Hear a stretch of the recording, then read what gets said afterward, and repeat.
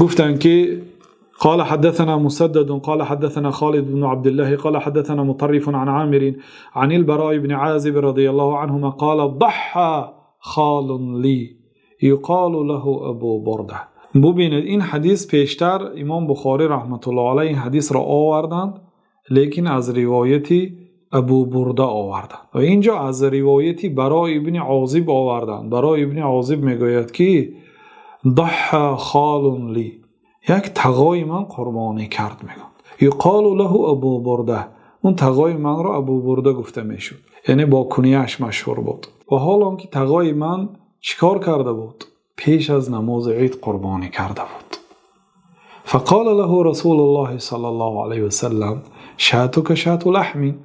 پیامبر صلی الله علیه و سلم به تقایم گفتن که گوسفند تو گوسفند گوشت است، یعنی گوسفند تو گوسفند عبادت و قربانی نیست. اگرچه انسان احتمال از ثوابم گیرد از نگاهی که با نیت قربانی کرد، لیکن از یک جهت گناهگار هم شدنش ممکن هست. برای چی؟ برای آنکه بدون علم عمل کرد، علم ندارد که قربانی وقتش کی است، به علم عمل کرد. ابو برده نمیدانست که قربانی کردن پیش از نماز عید نادرست است. بنابراین ابن دقیق العید رحمت الله علیه گفتن که این دلالت میکند که انسان اگر به علم یک عملی را اجرا کند لا یعذر بالجهل، به سبب نادانیش معذور دانسته نمی شود. یعنی پیامبر صلی الله علیه و سلم این را معذور ندانستن، نگفتن که تو پیش از عید قربان ندانسته مثلا قربانی کرده ای برای تو عوف است، نگفتن، بلکه دیگر بجاش بعد نماز عید قربان قربانی کن گفتن. معذور ندانستن، برای اینکه انسان هر یک سخنی که میگوید، هر یک عملی که میکند باید از جانب الله و رسول الله صلی الله علیه و سلم امر و سپارش باشد. از پیش خودش یگان کار را این کاری خیر است گفته اجرا نکند. شریعت حد و حدود، وقت و ساعت گذاشتگی است. فقال یا رسول الله ان عندي داجنا جذعه من المعز. گفت که یا رسول الله من یک داجین دارم. داجین در لغت عرب حیوان خانگی را میگویند. مرد است، نارینه است، مادینه است، بزرگ است، خرد است، فرق ندارد. داجین که شد حیوان خانگی که به خانه عادت کرده است. من یک حیوان خانگی دارم در خانه میگردد، اونم باشد جذعه من المعز، بوزی به 1 ساله نورسیده، بوزی جوان. یعنی من دیگه هیچ چیزی ندارم به قربانی یا رسول الله. این دلالت میکند که کدام انسانی که به گوسفند قدرت دارد قربانی میکند. گفت که یا رسول الله من فقط یک بوزی نارسیده دارم به سن 1 سالگی. ببینید یک بوز دارد، خلاص پیامبر صلی الله علیه و سلم چی گفتن؟ ضحی بها، قربانی کن.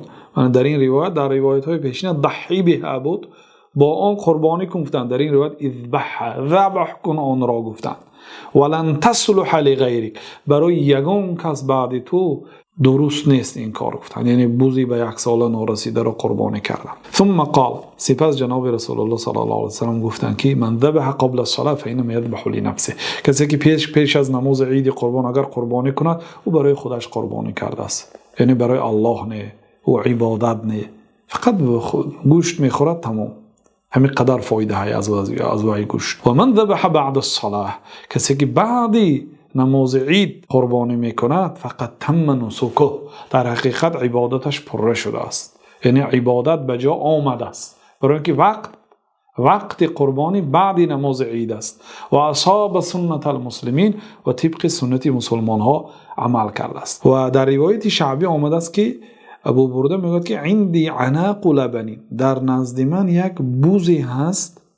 صفت بوز رو ببینید در اینجا اضافه تر آمد. بوزی جوان است، بغیر از این عناق است، یعنی بوزی مادینه هست.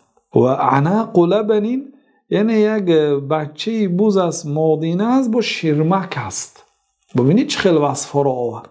پیامبر صلی الله علیه و سلم قربانی کن گفتند. این دلالت میکند که قربانی نیو همچون برای کشته خوردنی گوسفندهای بره‌ای که مثلا 3 ماهه 4 ماهه هست اجازت است. بعد از آن امام بخاری گفتند که وقال زبید و فراس عن الشعبی عندي جذعه.